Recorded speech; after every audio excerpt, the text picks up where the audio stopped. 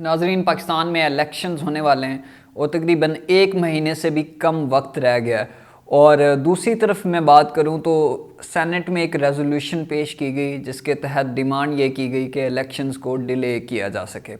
دوسری طرف مولانا فضل الرحمان صاحب جو ہیں وہ بھی الیکشن کو ڈیلے کرنے کی سارٹ آف باتیں کر رہے ہیں، اور وہ اس وجہ سے کہہ رہے ہیں کہ ایک تو ونٹرز کی وجہ سے وہ کہہ رہے ہیں ٹھنڈ اتنی زیادہ ہے، اور دوسرا وہ کہہ رہے ہیں کہ جو سیکیورٹی کنسرنز ہیں، یعنی کہ جو ملیٹنسی کا رائز ہے ٹرائبل ایریاز میں، اس کی وجہ سے انہوں نے کہا نہ تو کمپین کی جا سکتی ہے، نہ ہی ایسے انوائرمنٹ میں الیکشن کنڈکٹ کرایا جا سکتا ہے۔ اور یہ ہم کہہ سکتے ہیں کہ ہمارے جو پولیٹیکل لیڈرز ہیں، آپ یہاں سے اندازہ لگا سکتے ہیں کہ وہ ڈیموکریسی، جمہوریت کو لے کر کتنے سنجیدہ ہیں۔ ان کو اس چیز کا بالکل بھی ادراک نہیں ہے کہ ایک ان کانسٹیٹیوشنل سیٹ اپ آپ کو لیڈ کر رہا ہے جو کہ 90 ڈیز سے ایکسٹینڈ کر چکا ہے، اور اس کے بعد بھی آپ لوگ الیکشنز کرانے کے لیے تیار نہیں ہیں۔ آپ کا کانسٹیٹیوشن واضح کہتا ہے کہ 90 ڈیز کے بعد جو ہے الیکشن آپ کے ہو جانے چاہیے، وہ نہیں ہو سکے، تو ظاہرہ کانسٹیٹیوشن کی جو وائلیشن ہے وہ تو پہلے ہی ہو چکی ہے۔ لیکن ہمارا جو ٹاپک ہے وہ الیکشنز کے حوالے سے یا کانسٹیٹیوشن کے حوالے سے نہیں ہے، بلکہ میں بات کرنے والا ہوں منشور کے حوالے سے۔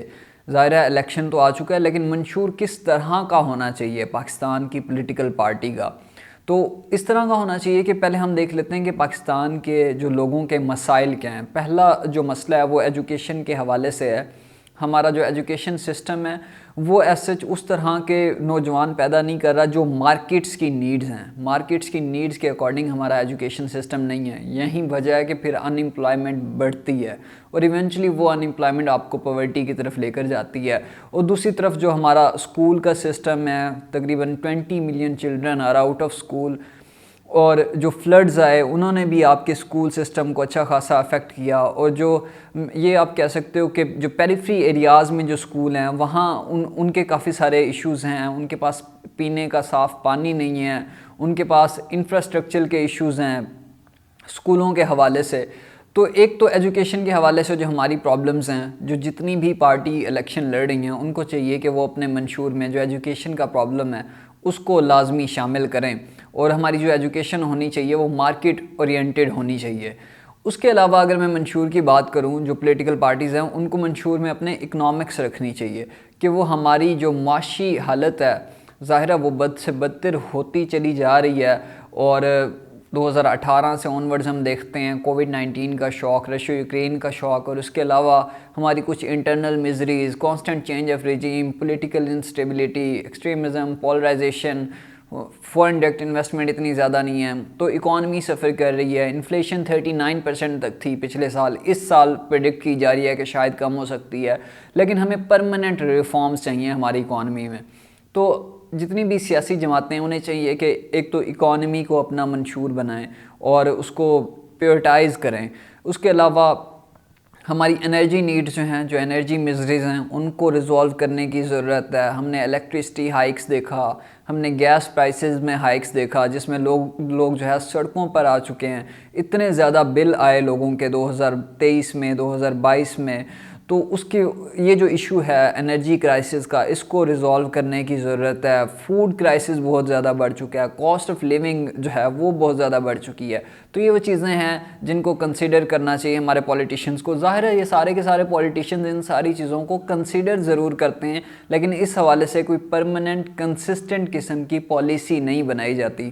شارٹ ٹرم کے اوپر بلیو کرتے ہیں ہمارے جو جتنے بھی پولیٹیشینز ہیں، وہ ایسی پالیسی بناتے ہیں جو شارٹ ٹرم فکسڈ کے اوپر یہ بلیو کرتے ہیں کہ بس شارٹ ٹرم وے میں کچھ چیزیں فکسڈ ہو جائیں، اور پھر جب وہ 4 سال بعد 2 سال بعد جب جاتے ہیں تو دوبارہ سے لوڈ شیڈنگ ہو جاتی ہے، دوبارہ سے انرجی کرائسس ہو جاتا ہے، کوئی پرماننٹ ریفارم نہیں کی جاتی۔ اسی لیے ضروری ہے کہ ایک چارٹر آف اکانومی ضرور سائن کیا جائے۔ ایک تو یہ ایشو ہے۔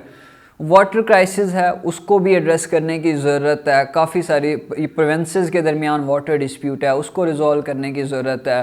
اور انڈس واٹر ٹریٹی جو آپ نے انڈیا کے ساتھ سائن کی تھی، انڈیا جو ہے وہ ڈیمز بنا رہا ہے، تو اس کو ریکنسیڈر کرنے کی ضرورت ہے، ری امیجن کرنے کی ضرورت ہے انڈس واٹر ٹریٹی کو۔ سملرلی فارن پالیسی کے حوالے سے اگر میں بات کروں تو اس میں کلائمیٹ کو آپ کو ایجنڈا بنانے کی ضرورت ہے۔ آپ کی فارن پالیسی انتہائی پیسو قسم کی فارن پالیسی بن چکی ہے، بیکاز ہماری جو انٹرنل پرابلمز ہیں، بیسیکلی آپ کی جو فارن پالیسی ہوتی ہے وہ ریفلیکشن ہوتی ہے کہ انٹرنلی اگر آپ سٹیبل ہوتے ہو تو پھر آپ کی فارن پالیسی بھی اسٹیبل ہوتی ہے. اس میں آپ اگزامپل لے سکتے ہو انڈیا کی. آج کل ہم دیکھتے ہیں کہ ان کی فارن پالیسی انتہائی اسٹیبل ہے اور اس میں کہیں نہ کہیں رول ان کی اکنامکس کا ہے. جب وہ اکنامکلی پاورفل اسٹیٹ ہو جاتی ہے تو اس کی فارن پالیسی اسرٹیو ہو جاتی ہے. اس کی فارن پالیسی اگریسو ہو جاتی ہے. لیکن اگر آپ اکنامکلی ایک ٹربولنٹ انوائرمنٹ میں رہ رہے ہوں گے، پولیٹیکلی ٹربولنٹ انوائرمنٹ میں رہ رہے ہوں گے، آپ کے گورننس کی اناملیز اتنی زیادہ ہوں گی، تو پھر آپ کی فارن پالیسی بھی اچھی نہیں ہو سکتی، انٹرنیشنل اسٹینڈنگ بھی آپ کی اچھی نہیں ہو سکتی، جو کہ انڈیا کی آج کل ہے. بیکاز انہوں نے یہ اپنے جو مسائل تھے انہوں نے ان مسائل کو پہلے ایڈریس کیا. فارن پالیسی کے حوالے سے یہی ہے کہ جو بھی لیڈر آئے وہ کس طریقے سے آپ کی فارن پالیسی کو مینیج کرتا ہے، یہ بڑا ایک امپورٹنٹ پوائنٹ ہے. تو یہ وہ چند پوائنٹس ہیں جس میں کلائمیٹ چینج کا جو پوائنٹ ہے وہ بڑا امپورٹنٹ ہے.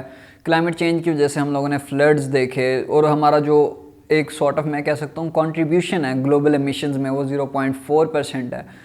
کس طریقے سے وہ فارن پالیسی میں ہی پوائنٹ آ جائے گا کہ کس طریقے سے آپ کنونس کرتے ہو انٹرنیشنل کمیونٹی کو کہ وہ آپ کو فنڈز پرووائڈ کرے کہ آپ کی طرف سے یہ نہیں انوائرمنٹ کو، ارتھ کو پلیوٹ کیا گیا بلکہ یہ ویسٹرن ورلڈ کی طرف سے پلیوٹ کیا گیا.